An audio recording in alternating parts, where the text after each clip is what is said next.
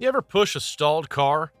That sweaty death sprint with your shoulder against the door, your knees giving out, the people at Starbucks staring, the parking brake mysteriously back on. Yeah, a fully loaded freight car weighing 143 tons can be pushed by a single human being with one arm. The gym workout that makes no sense. This sounds like a lie. It's not a lie. There are old railroad training videos floating around where a guy in a hard hat literally leans against the corner of a loaded boxcar and gets it rolling on flat track. That's 286,000 pounds of grain or coal moving from a dead stop, pushed by one guy in dirty jeans. Nothing in the man's posture suggests he's doing the impossible. He just leans and the car drifts. A nearby Starbucks wouldn't even look up. The reason this works is the same reason you can't pull your own Honda Civic out of a parking spot without crying. Steel on steel and rubber on asphalt are completely different worlds physically. The thing that makes your car comfortable to drive is the exact same thing that makes it impossible to push.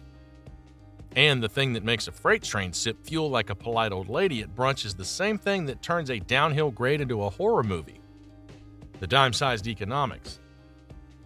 When a steel train wheel sits on a steel rail, the contact patch between them is roughly the size of a dime. A dime. That's the whole thing. One coin worth of metal is holding up 36,000 pounds of car. The reason this works is that steel is incredibly stiff. The wheel deforms a little, the rail deforms a little, and that little oval of contact carries the entire load. Compare that to a car tire on the road. Contact patch of a passenger car is roughly the size of your palm. Sounds great until you realize that patch only exists because the tire is squashing itself flat under the car's weight. Every rotation, that squashed bit pops back out, then squashes again. That popping and squashing burns energy as heat, and you can feel it. After a long drive, your tires are warm, and that warmth is wasted fuel. The train wheel doesn't do any of that. It deforms by maybe 1,000th of an inch. The rail does the same, and the energy lost per rotation is almost nothing. The number people throw around is called rolling resistance, and for a train, it's about 0.0007. For a passenger car on a nice highway, it's about 0.012. That is roughly 15 times more friction just from the wheels. Your tires are working out at the gym 24 hours a day. The train wheels, meanwhile, are sitting on a beach. The Sweat Vs The Squish. Try to push a shopping cart with a flat wheel. You feel that drag, the way the cart pulls left, the way it digs into the floor. Now think about a tire that is slightly flat, like the ones on your friend's neglected sedan. The whole car feels like it's dragging itself through pudding. That's rolling resistance you're feeling directly. Car tires engineered to be soft on purpose. The softer it is, the better the ride, the better the grip, the quieter the cabin. Soft means it bends. Bending means lost energy. Every comfort feature you love about driving exists because the tire is wasting fuel on your behalf. Trains skip the comfort lobby entirely. The result is a wheel that doesn't bend, doesn't absorb anything, and transmits every bump straight into your spine and uses almost zero fuel. The American passenger train is famously bumpy for exactly this reason. Comfort costs efficiency, and railroads picked efficiency a long time ago. Why tires are terrible at this. Asphalt is another big part of this story. The road surface isn't actually flat. Up close, it's a rough, gritty, lumpy mess. Your tires constantly conform to that texture, deforming around every pebble and crack. Every one of those tiny deformations costs fuel. Concrete's a little better than asphalt, which is why your car gets slightly better mileage on a concrete highway, but it still can't touch steel. Steel rail is polished smooth by the wheels themselves. After a few months of use, mainline rail looks like a mirror on top. The wheel does not encounter texture. It encounters glass. The rolling resistance keeps dropping the longer the rail's in service until you replace the rail entirely. Tires get worse over time. Rails get better. It's a wild design choice the universe handed us. The railroads grabbed it with both hands and never let go. 470 miles on a gallon. Here's the wild number. A freight train can move 1 ton of cargo about 470 miles on a single gallon of diesel. A long-haul truck moves the same ton about 130 miles on a gallon. So pound for pound, the train is roughly 3 to 4 times more efficient at moving stuff across the country. 3 to 4 times. Imagine if your car could suddenly do 200 miles per gallon just because you changed the wheels. That's the size of the gap. The math works because every wheel on a train barely fights friction. A locomotive can pull 100 fully loaded cars because each individual car is so easy to roll that the engine is mostly fighting air and grade, not the cars themselves. That's why railroads are the cheapest way to move dense, heavy stuff. Coal, grain, lumber, oil, gravel, all of it goes by rail because the per-ton cost is unbeatable. Trucks are great for the last mile. Trains crush the long haul. The flip side, stopping. There is a catch, and boy, is it a huge catch. The low friction is amazing when you want to roll. It's a nightmare when you want to stop. A freight train at 60 miles per hour can take more than a mile to come to a full stop, sometimes a mile and a half if it's heavy and the grade is bad. The same low friction that makes the train sip fuel also makes it allergic to stopping in any kind of hurry. This is why railroad crossings flash forever before the train arrives. Engineers can't just hit the brakes like you do in your Camry. The wheels will lock and slide, which is even worse than rolling. They have to apply the brakes gently, in stages over a long distance. People who try to beat a train at a crossing usually don't understand this. A freight train moving at highway speed is already past the point of stopping when you see it. By the time you and the engineer have made eye contact, the conclusion of the situation's already been decided by physics. Why hills are a nightmare. Drive your car up a steep hill.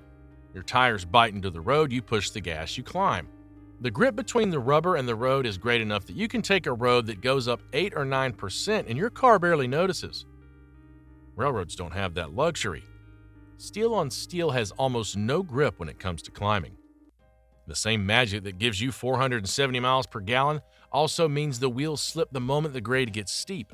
Most American main lines top out around 1 to 2% grade. Anything steeper is considered mountain railroading and requires extra locomotives, helper sets in the middle of the train, and very careful operation. There are famous routes like Saluda Grade in North Carolina that hit 4%, and the railroad had to use special braking procedures, runaway sidings, and basically a prayer to operate it. They eventually shut the grade down because keeping it open was a liability. A truck shrugs off a 4% grade. A train treats it like Mount Everest. That's the trade-off. You get efficiency, but you give up climbing ability. The wheels that move tonnage for nothing on flat ground refuse to grip when the world tilts. The sandbox scandal. Locomotives have a secret weapon for the grip problem. It's called a sandbox, and it sounds ridiculous, but it works. Every locomotive carries a hopper full of dry, fine sand, and a pipe sprays a controlled stream of that sand directly onto the rail in front of each driving wheel. The sand gives the wheels something to bite against, raising the friction just enough to start a heavy train or climb a wet grade. This is also why railroad workers obsessively maintain the sandboxes. If the sand gets damp, it clumps and clogs the lines and the locomotive can't move. There's stories of trains stalled on a grade because a clumped sander left them with no grip. They had to back the train down a mile to a flatter spot and then try again. The whole industry, all that tonnage, all those billions of dollars of cargo depends on a guy in Wyoming making sure the sand stays dry. The wheel that thinks. Train wheels are slightly cone-shaped. The inner edge is larger than the outer edge. This is the secret reason a train stays on the rails through a curve. When the train goes around a bend, the outer wheel rolls onto the larger diameter part of the cone, and the inner wheel rolls onto the smaller part. That difference in diameter allows the two wheels on the same axle to travel different distances without one of them sliding. It also means the wheel set automatically centers itself. If the train drifts toward one rail, the wheel on that side rolls on a larger diameter, and the other wheel rolls on a smaller one, and the whole wheel set gently swings back to the middle. Car tire can't do this. Each wheel has a fixed circumference. The differential in your car axle is doing the same job, but it's a complicated chunk of gears in the rear end of your vehicle. The train wheel does it with basic geometry and no moving parts. The Romans could have built this. The horse that built Britain. Long before locomotives, somebody figured out the rail trick the old-fashioned way. In the early 1800s, English coal mines started laying iron rails from the mine entrance to the river so they could move coal in wagons pulled by horses. Same horse, same wagon, but the rolling resistance suddenly dropped through the floor. One single horse on a wooden road could pull about 2 tons before it got tired. The same horse on iron rails could pull 8 tons without breaking a sweat, 4 times the work for 0 extra calories. This is the moment the modern world really started. Mines went from hauling a wagon a day to running a whole shuttle service. Coal got cheap and the industry took off. Factories had fuel, cities grew, all because somebody noticed that a heavy wagon rolled easier on metal than on mud. The railroad actually existed before the locomotive did, and the steam engine only happened later because the rails were already so good that putting a kettle on wheels finally made financial sense. Whole economies pivoted because steel beats dirt. Why you can push a boxcar. So, let's get back to the guy in the hard hat. A 143-ton boxcar on level track has a rolling resistance of around 0.0015. Multiply that by the weight, and you get the force needed to keep it rolling. About 430 pounds. That's a lot. You can't lift 430 pounds, but you can apply 430 pounds over time. A normal adult pushing a steady force, body weight leaning into the corner of the car, can absolutely move the thing. Starting it is the hard part. Once it's rolling, it almost always wants to keep rolling. And that's the magic of the railroad. The wheels don't waste energy. The rail doesn't waste energy. The grease in the axle bearings does the rest. You just give the system a little push, and it carries that push forward for thousands of feet. Try that with a car. You'll be in physical therapy. See, the difference is the car wants to stop, and the train wants to keep going. That's the difference between rubber and steel, between asphalt and rail, and between a $40 a gallon trucking bill and a railroad that runs the same tonnage on pocket change. The bearing that changed everything. The other half of the rolling resistance story is what happens inside the axle. Old freight cars used something called a journal bearing, which was basically a metal sleeve packed with oily cotton waste. They worked, but the friction was significant. The cotton dried out and the whole thing routinely caught on fire because the axle ran hot. We talked about hot boxes before. Those were the wheels of the friction battle. In the 1960s, the railroad switched over to sealed roller bearings, which are basically the same idea as the bearings in a skateboard wheel. A bunch of polished cylinders rolling inside a steel race, sealed in grease, spinning forever with almost no resistance. The shift cut the rolling friction of a freight car roughly in half overnight. The train that used to need 3 locomotives could now be pulled by 2. Fuel bills dropped, hot boxes nearly disappeared.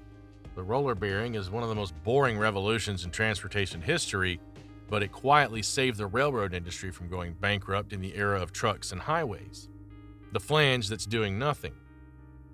People assume the wheel flanges, that little lip on the inside of every train wheel, are what hold the train on the track. Surprisingly, they aren't. The flanges only kick in during extreme conditions like a sharp curve, a damaged section of rail, or a sudden lateral shock. Most of the time, the cone shape we talked about does the steering by itself, and the flanges never even touch the rail. If the flanges did touch the rail full time, you would hear the scream from miles away and the wheels would wear out in weeks. The reason a freight train rolls quietly is because the flanges are floating millimeters away from the inside edge of the rail, doing nothing, like the safety net under a tightrope walker. They're there for emergencies. The day-to-day job of staying on the track belongs entirely to the geometry of the cone. 2 pieces of polished steel kissing in an oval the size of a dime, holding up 150 miles of cargo. That's the entire show. The cost we forget about. The big secret of trains is that the rolling efficiency is also the reason they exist as a system. If trains had the same rolling resistance as trucks, no railroad would survive a quarter. The whole business model of moving tonnage across continents at a profit only works because the wheels are basically free to operate once you get them turning. Every American grocery store, every gas station, every Amazon warehouse, every Costco pallet, all of it depends on this one boring physical fact. Steel rolls easier than rubber. It's the most boring superpower in the world, and it built the country. So the next time you see a freight train rumbling through a small town with 150 cars behind it, Remember that each one of those is a fridge-sized box of cargo riding on a dime. And one bored worker in steel-toed boots could push any single one of them down the line if you handed him a clear track and a Snickers bar.